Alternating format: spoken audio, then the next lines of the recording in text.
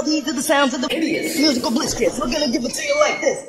Okay, so continuing our series where we sometimes have a little bit of a chat with various game providers to see what they're getting up to, where they've come from, and what they're going to be producing moving forward. Today, I'm going to be chatting with Marcus from Alchemy Gaming and looking at some of their games and also doing a few bonus buys to see what they've been up to recently. Okay, Tiger's Ice, I've not played. It's given me an option for a bonus buy. It seems to be 100x. Let's go for one at 240. See what we get. Nice. A very toothy tiger. This has got the echo rolls, which is another one of their features. Another one of their mechanics. More spins? 10 spins. Oh, look, and they've got the upsizer options here. Look. Do we want to have... Let's just do a normal one to start.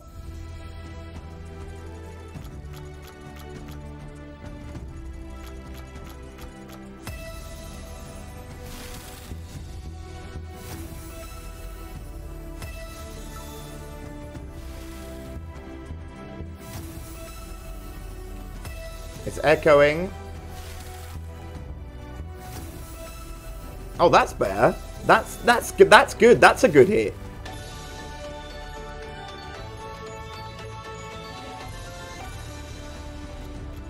Multiplier's moved up as well. Yeah, okay, alright. We didn't buy the upgrade, but it's a pretty good start to the bonus. 3 spins in.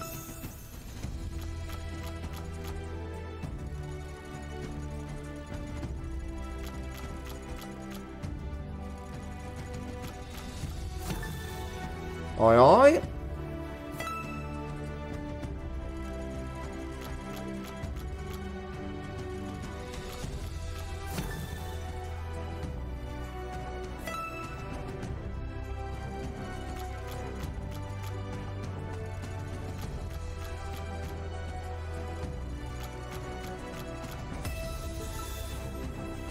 Kind of dead spun us out after that initial good hit. One spin. Come on. Nah, it's a dead one. Kind of want to go again on that though. Wasn't too bad. Marcus, how long has Alchemy sort of been started in the industry? Tell us a little bit more about the start, what happened, the inception at Alchemy, and what you do there. First of all, thanks, Will. It's really nice to have the opportunity to be interviewed here. And so Alchemy Gaming started back in 2018. And a friend of mine who I've been chatting to, and we've been chatting about games, and I realized that we were aligned on a lot of the things that we like about making games, and he presented me with an opportunity to join him in the start of Alchemy, and yeah, it's been absolutely amazing ever since then. I would say that what I love about working at Alchemy is just the vibe. I think there's something special. I think that the way that we approach making games is really exciting. We try to focus on designing games mechanics first, and that is our big driver, and our passion is to be a big disruptor in the industry. And some of the mechanics that the viewers are going to be familiar with, you know, the big one, which I think, like, you know, we've enjoyed a few games from, is the X-Up. You know, we really enjoyed it. I think I remember when I first played Africa X-Up, we had a couple of standalone videos on it. Am I right in thinking you've got Chronicles of Olympus 2 coming out, right? Africa X-Up was the first in the X-Up series. Chronicles of Olympus was the follow-up after Africa X-Up. And we've just released Chronicles of Olympus 2, Zeus, which I'm super excited about. We spent a lot of time buying bonuses on Chronicles of Olympus, the first one. What can people expect to be a little bit different about Chronicles of Olympus 2? So there's a few things that we've changed. We've expanded the real area, so now to 5x4. We've included wild multipliers instead of just expanding wilds. And we also have now a new X-Up symbol. So we've actually evolved the X-Up mechanic. And we have now a blue X-Up, which permanently increases your multiplier on the multiplier trail. Do you think the players enjoy that kind of progressive element that the X-Ups have, you know, like kind of building things up at the side? Like we've seen it in other games, like, you know, I mean, I think one of the classic ones that springs to mind are things like some of like Little Devil from Big Time Gaming, you know, or maybe it's the Wild Swarm from Push, where where players have like a visual feedback. Oh, we're moving towards something. We can see something increasing. Do you think that people respond to that well? I do. I think there's something else too that I think is what makes the XUp series quite successful, and that is that there's this tension between the near miss of triggering the bonus of 3 scatters and the near miss, because the near miss is what actually increases our multiplier on the trail. So you've got this tension of wanting to trigger, but then also not wanting to trigger, because you're now boosting your multiplier for free spins. And I think that's what people have responded really well to for all of the XUp games. Chronicles of Olympus XUp, starting multiplier. Obviously, it can start with any multiplier, but we want it to land big. I think I usually get good results from about 7x upwards. Okay, 7x.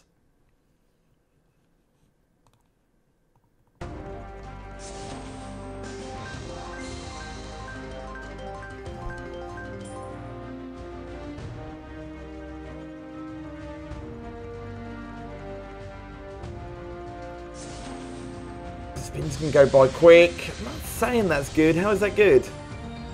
Surely we need more than 3 of a kind hits if we're going to get money back here.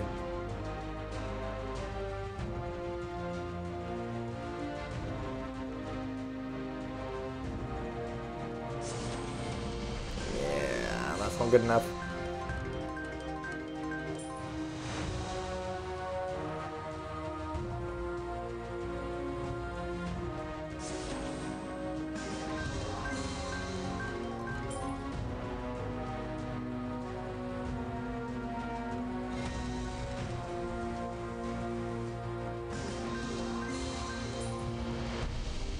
Last spin, it needs to do something. Nope. Okay, bit disappointment. Let's go one more. Okay, so we had the 7x and it was rubbish.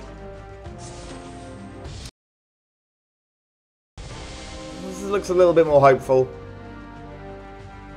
I guess the thing is, with the higher multis, if it does hit, it's going to be massive. Maybe we can afford it. Can afford a few hits at the 10x. It's kings and who is he? Senor Dracula. Come on, halfway through. Need a couple of hits here, otherwise it's going to be disappointing. Okay, that's good. Is that a re-trigger or is it the upgrade? Oh no, no. It's really just the spins.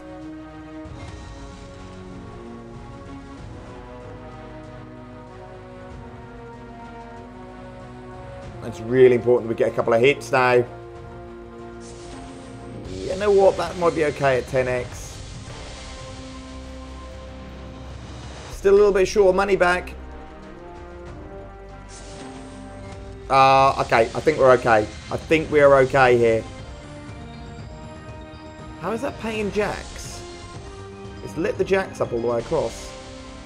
Oh, no, it was there. It was there in the middle. Right, okay, nice. It's a little bit of profit. Missed on the last spin. Okay, pretty good.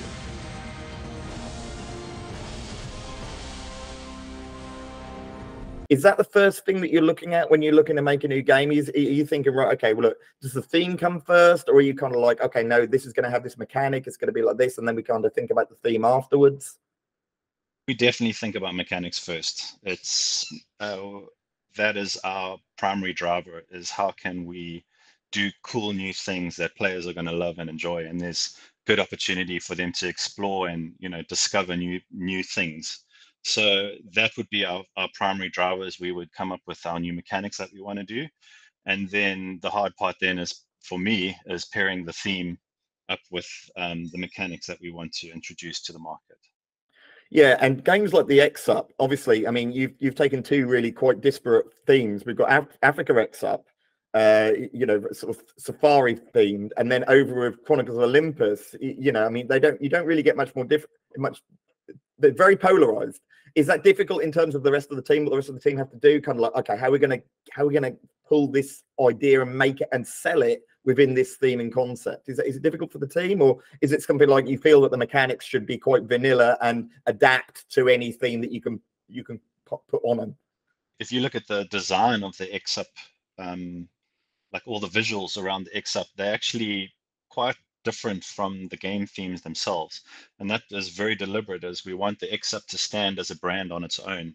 So when we created Africa XUp, you have this very, strong African theme throughout the game, but then this very kind of modern very strong electrical kind of feel to the XUp scatter. So it really stands out off the game. So that was all very deliberate in our design to kind of make the XUp the hero and the game theme supporting that mechanic. Yeah, completely understood. And can we expect to see more games following with the XUp mechanic? Is this going to be a full series? Are we going to be seeing them for years to come, or do you kind of take it on a game by game basis? So we take it on a game by game basis. I think that if I look at just the history of all of our game releases, we're very optimistic about every game that we release, and we're very hopeful that it really resonates with players and it sticks. But we do look at games performance and I would say the distribution of games to players and how many players respond to our games as a decision whether to continue along a certain route or not. But I will say happily that I'm very positive about XUp for the future, and we've got big plans. Yeah, so like, I mean, one of the other mechanics that some viewers may be familiar with as well is the upsizer, which really kind of twists things up. The idea that you can pay a little bit more in order to increase your bonus once you've landed it. Can you tell us a little bit? What was the idea behind that? What was kind of behind the inception? What were the discussions that were going on when you decided to bring that on board? Exactly. So with upsizer, we realize that we've got quite a variety of players and different playing styles, and people. It's a busy world, and people have got different amounts of time that they can allocate to playing a game. And we want to give players as much opportunity to experience the game that they want to experience. So by the time you've triggered, the bonus, you can then, upsize your bonus to whatever level that you choose to, creating that ability to, kind of shortcuts if you don't have the time. Bolt XUp, the XUp doesn't go as high. We can only X up to like 10x. Let's go a little bit bigger with the buy. Do it. Come on, start high. Oh my word.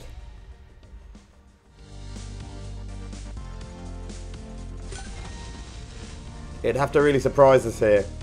It's a low start. That's good.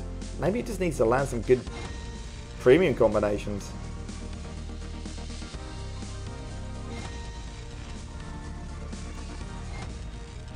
Jacks are in. I mean, we've got a chance of actually upgrading to the 4x here because you need less. One more re-trigger would upgrade to 4x.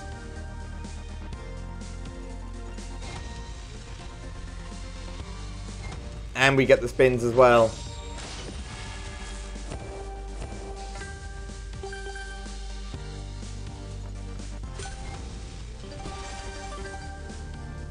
We need some premium hits though. This costs 300 quid.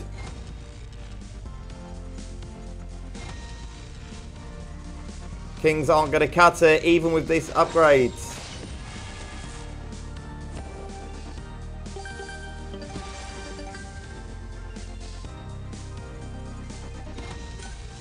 No, no, no, no, no.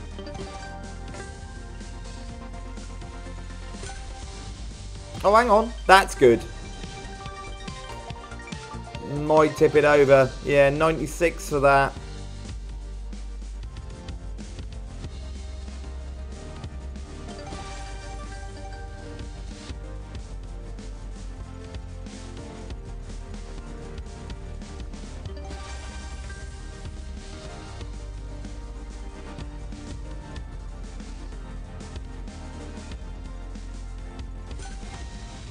Gems are in. It's going to be... Oh, it's extra spins. What's that going to pay? We've got cherries, which are a premium here, and gems. That could be over 100 quid. Yeah, nice.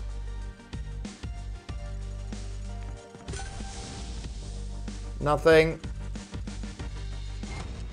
Nothing.